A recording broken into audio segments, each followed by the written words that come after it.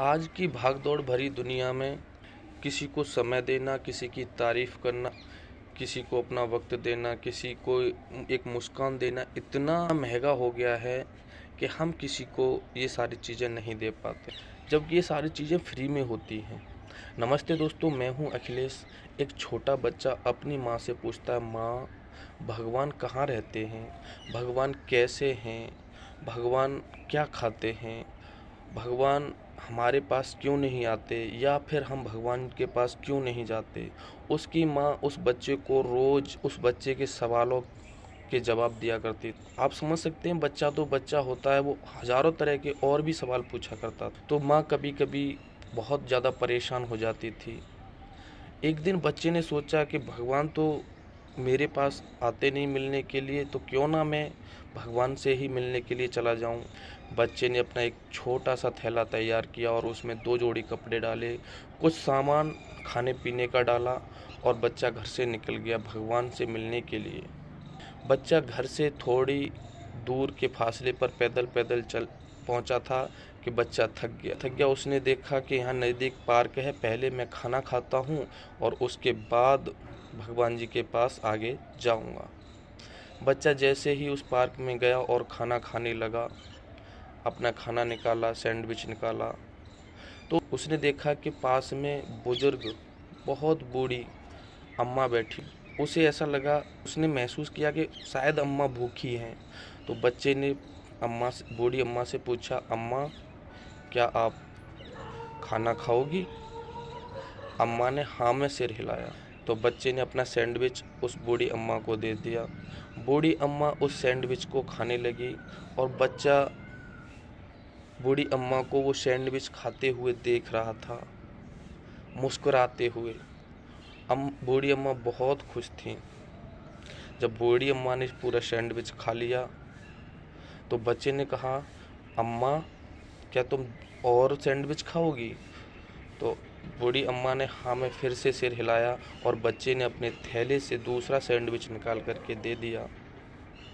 और बूढ़ी अम्मा बड़े ही प्यार से और बहुत ही प्यारी मुस्कान के साथ उस सैंडविच को खाने लगी और वो बच्चा मुस्कुराते हुए बूढ़ी अम्मा को वो सैंडविच खाते हुए देखता रहा। ये सारा काम करते करते शाम हो गई, अंधेरा हो गया, बच्चे को डर लगने लगा। बच्चे ने सोचा, मैं अब भगवान के पास नहीं जाता, पहले मैं घर वापस जाता हूँ और मैं कल फिर भगवान के पास जाऊँगा। तो अपने घर की तरफ बढ़ने लगा तो उसे बूढ़ी अम्मा का वो मुस्कुराता हुआ चेहरा, अच्छी वाली फीलिंग वापस याद आई। तो बच्चा मुड़ा और अम्मा के पास गया। अम्मा से जाकर के वो गले लगा। उस बूढ़ी अम्मा ने उस बच्चे के माथे पे चुम्बन किया और मुस्कुराते हुए उसे आशीर्वाद दिया। बच्चा आशीर्वाद लेकर के अपने घर पहुंचा। उसकी माँ ने दरवाज़ा खोला था। उसकी माँ ने उस बच्चे के लिए दरवाज़ा खोला तो बच्चा बहुत खुश था। बच्चे की माँ ने पूछा कि बेटे आज तुम बहुत खुश हो, क्या बात है? तभी बच्चे ने कहा, माँ आज मैं भगवान के साथ लंच करके आया हूँ।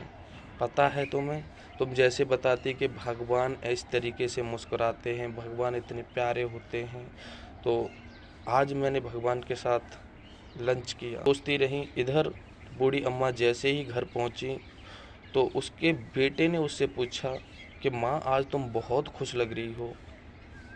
तो बूढ़ी अम्मा ने जवाब दिया, बेटे आज मैं भगवान से मिल के आई हूँ, उनके साथ मैंने खाना खाया है। भगवान बहुत ही छोटे बच्चे के रूप में आए थे और उन्होंने मुझे खाना खिलाया और वो बहुत प्यारे हैं, नटखट हैं, बहुत ही अच्छे हैं। मैंने इससे पहले ऐसी कोई मुस्कान नहीं देखी। वो बहुत ही सुंदर हैं। तो दोस्तों, हमारे जीवन में हमारे साथियों को, हमारे परिवार वालों को कहीं न कहीं कुछ लोग हमारे जीवन में कुछ समय के लिए आते हैं, कुछ लोग हमारे जीवन में ज़िंदगी भर के लिए आते हैं। तो हम क्यों नहीं किसी के भगवान बन सकते, या हम किसी के चेहरे पे मुस्कान क्यों नहीं ला सकते? हम किसी की प्रशंसा क्यों नहीं कर सकते? अगर हमें किसी की प्रशंसा करने से किसी को खुशी महसूस होती है या उसके चेहरे पे मुस्कान आती है तो प्रशंसा है। झूठी प्रशंसा करने से दूसरे व्यक्ति को दुख होता है और उसकी सच्ची प्रशंसा करने से उस व्यक्ति को खुशी महसूस होती है। तो हमें प्रशंसा करनी चाहिए।